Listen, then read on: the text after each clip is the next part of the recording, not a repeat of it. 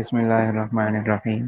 شرک کی ایک قسم ہے شرک فی العبادات، یعنی اس کا مطلب یہ ہے کہ اللہ تعالیٰ کی طرح کسی دوسرے کو بھی عبادت کا مستحق سمجھنا، جیسے مشرکین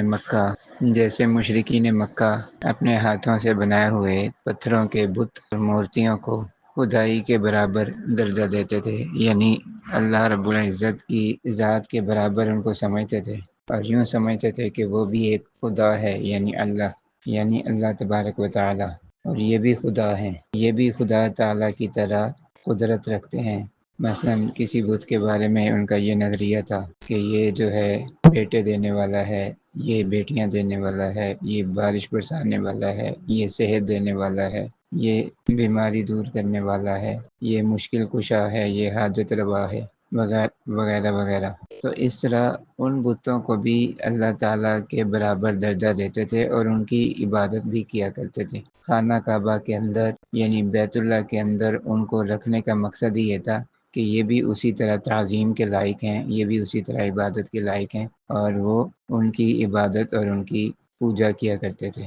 تو آج کے دور میں اگر دیکھا جائے تو ہندو اس کا بہترین مظہر ہیں، اپنے ہاتھوں کی بنائی ہوئی پتھروں سے مورتیاں، ان کی عبادت کرتے ہیں، ان کے سامنے جھکتے ہیں، ان کے سامنے سجدہ کرتے ہیں، اور ان کو خدا سمجھتے ہیں، خدا مان کر ان کی عبادت کرتے ہیں۔ تو اسی طرح کسی قبر پر یا کسی پیر کو سجدہ کرنا، یا کسی کے لیے رکوع کرنا، یا اسی طرح کسی پیر یا کسی ولی کے نام پر روزہ رکھنا، یا اسی طرح کسی قبر یا کسی پیر کے گھر کا طواف کرنا، جیسے خانہ کعبہ کا طواف کیا جاتا ہے، تو یہ سب صورتیں شرک فی العبادات کہلاتی ہیں۔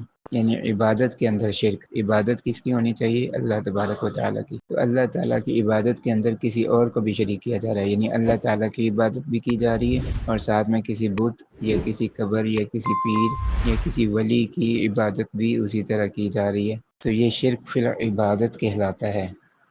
اس سے بچنا بھی لازم اور ضروری ہے۔